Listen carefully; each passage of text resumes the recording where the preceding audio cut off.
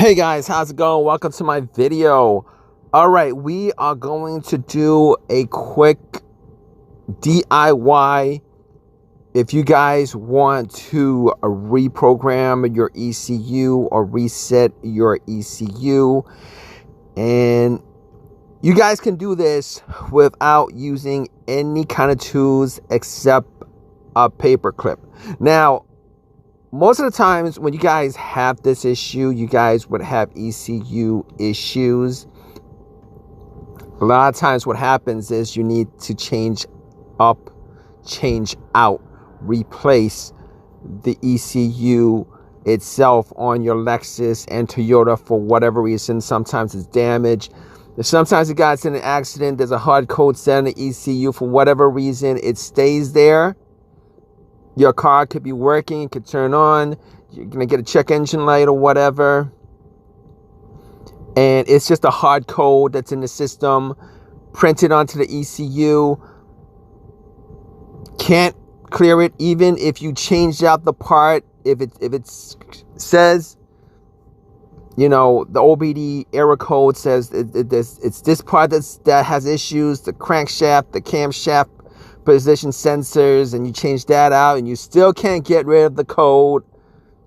A lot of times it's because it's a hard code that's in the ECU for whatever reason.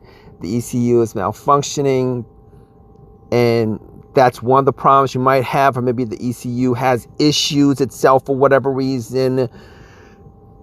Maybe there's a short somewhere in this ECU and you want to change out the ECU itself.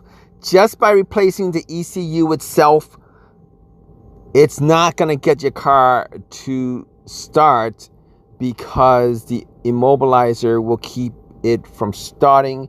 What you want to do in this case is you want to reprogram the ECU that you've replaced in your vehicle. Now, you could actually do this to reset the ECU that you have in your vehicle that originally came from the vehicle with the vehicle if it has issues. If you're having issues with the ECU itself and you think that you might be able to fix the problem if you guys clear out the ECU in total and reprogram it or reset it.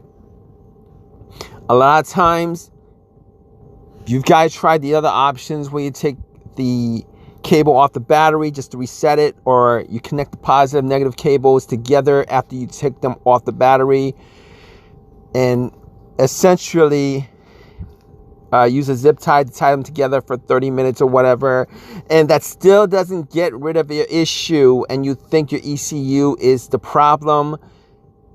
Here's what you guys can do.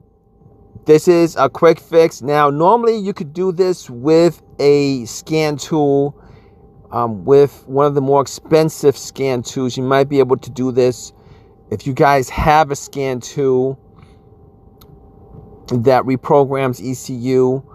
Normally, those scan tools are pretty expensive, but this tutorial, you guys do not need a scan tool for this. What you guys will need is a paper clip. All right, a paper clip that's thin enough to fit inside the two sockets of the ECU socket. And what you're gonna do is you're gonna unfold the clip, and it doesn't have to be a paper clip. It just needs to be a wire thin enough to connect to 2 pins on the ECU itself. All right. Now, here's what you're going to do. You're going to take either your thin wire or your paper clip that's been strained out and then bent so that you can put one end on one pin and the other end on the other pin.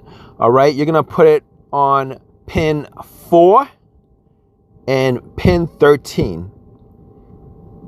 All right, you're gonna put it on pin 4 and pin 13. So basically what you're going to do is, with the vehicle off, you're going to put the wire or the pin or the wire or the paper clip in pin 4 and 13.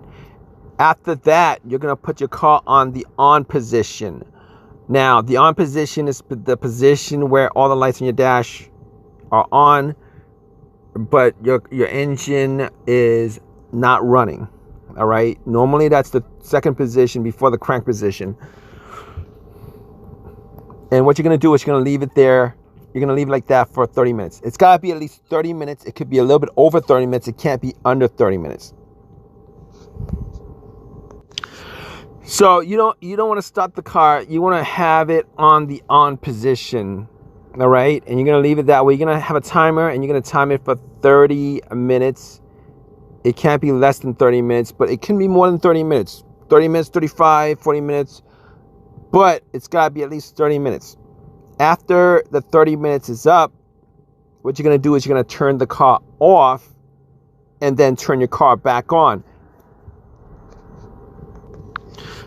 So basically, once the 30 minutes is up, you're going to turn it back on.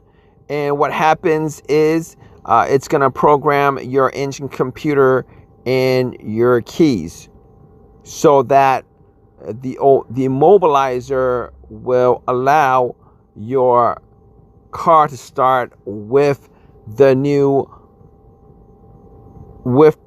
ECU.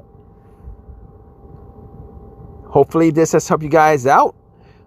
If you guys have any questions or your own experiences with this issue, please leave a comment in the comment section. Please subscribe. Please give me a thumbs up. All that good stuff. All right, guys, take care.